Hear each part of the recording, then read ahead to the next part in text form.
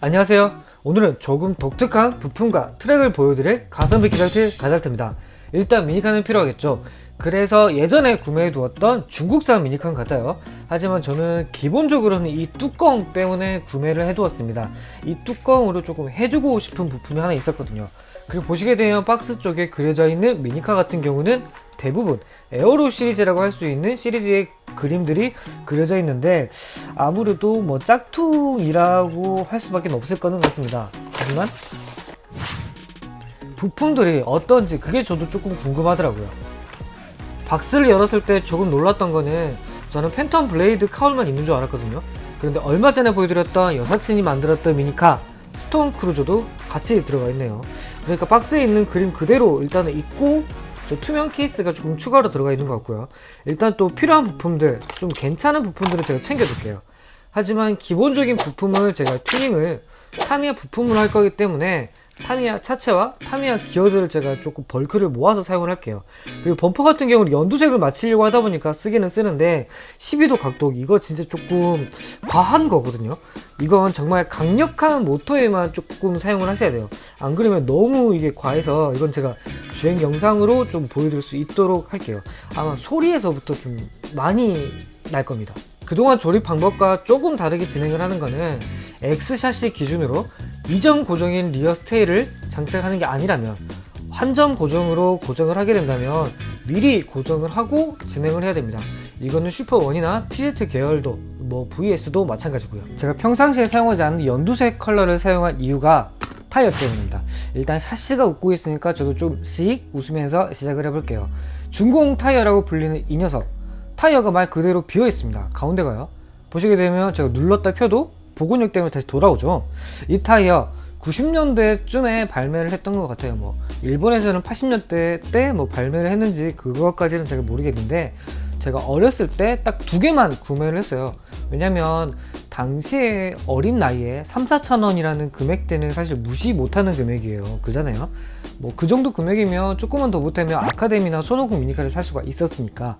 하지만 이 타이어 같은 경우는 저도 좀 신기해서 두 개만 구매를 하고 이제 너클 브레이커에 원래는 장착을 해주고 싶었는데 우연찮게 저 팬텀 블레이드 카울을 이제 조금 찾게 되고 나서 아 이렇게 컬러링을 좀 해주면 조금 더 이쁘겠다 라는 생각에 이렇게 한번 좀 색감을 좀 맞춰볼까 합니다.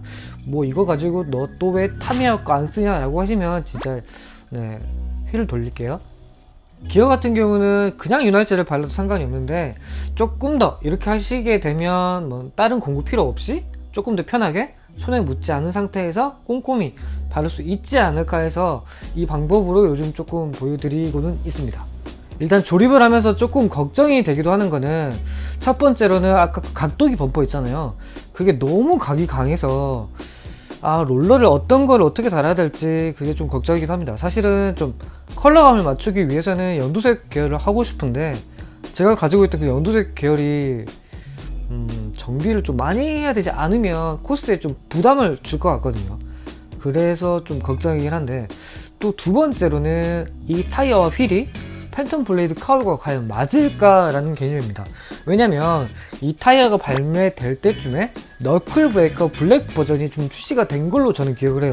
그래서 아 두 개가 좀 깔맞추면 좋겠다고 생각을 하는데 그때 당시 설명서에서도 너클 브레이커를 예로 들었던 것 같아요. 그래서 좀 재단을 해라, 좀 깎아라 라는 거를 제가 봤었는데 그때 당시 요즘에야 뭐 줄이라든지 그런 게 조금 더 보편화가 돼서 많이 알려졌지만 제가 초등학교 다녔던 시절에는 뭐 그런 개념이 쉽게 널리 알 수 있는 정도의 범위는 아니었거든요. 그래서 저도 당시에는 일단은 조금 포기 아닌 포기를 하고 있었는데 아 네 세 번째 난간이 나타났네요. 아이씨 모터를 고정할 거는 상관이 없지만 탈부착하거나 좀 교체할 일도 있을 것 같으니까 저 부분을 커팅을 하겠습니다. 사실 이거를 먼저 장착해봤던 것도 원래는 장착이 안 될 것 같아서 한번 먼저 대본 거였는데 저기가 저렇게 걸릴 거라고는 생각도 못 해봤는데 네 그래서 결국 오랜만에 좀 깎았네요.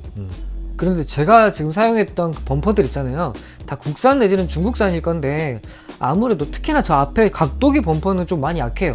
알루미늄이지만 그때 당시 알루미늄에서도 제가 죄송해요 발음이 안 좋아서 알루미늄 중에서도 몇 개는 힘으로 가볍게 휘어지기도 했거든요. 오늘 색상 조합의 1등 공신이라고 할 수 있을 것 같습니다. 아마 이 녀석이 없었다면 이렇게 완전한 깔맞춤을 맞추기에는 조금 쉽지 않았을 거라는 생각이 들어요. 그래서 컬러감을 마무리를 좀 어떻게 해줄까 고민을 하다가 예전에 보여드렸던 캐논볼 있잖아요. 그 컬러가 당시에는 조금 메탈릭 라인으로 나왔기 때문에, 그러니까 제가 그렇게 만들었기 때문에, 그래서 캐노피라고 할 수 있는 부분도 메탈릭 블루로 얇게 여러 번 도색을 해주었고요. 그래도 괜찮긴 한데 조금 부족한 것 같아서 이건 제가 좀 투머치 할 수 있습니다. 하지만 실버를 한번 좀 발라줬고요. 그리고 휠도 자세히 보니까 옆 테두리 라인이 약간 조금 몰딩이라고 하나요? 패널 라인이 좀 있더라고요. 그래서 이 라인에다가 건담이었다.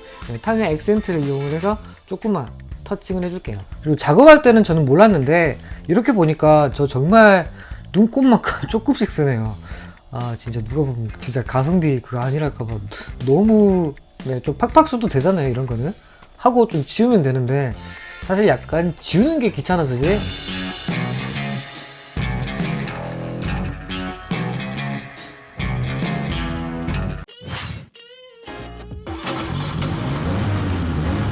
일단 다행인 건 카울과의 접촉이 없습니다. 그 점은 정말 개인적으로 정말 다행인데 일이 많아지잖아요. 하지만 롤러의 각이 너무 심해서 이게 주행 중에 정말 방해가 될 거란 말이에요. 어떤 느낌이냐면 제가 배경음악을 끄고 한번 진행을 해드릴게요.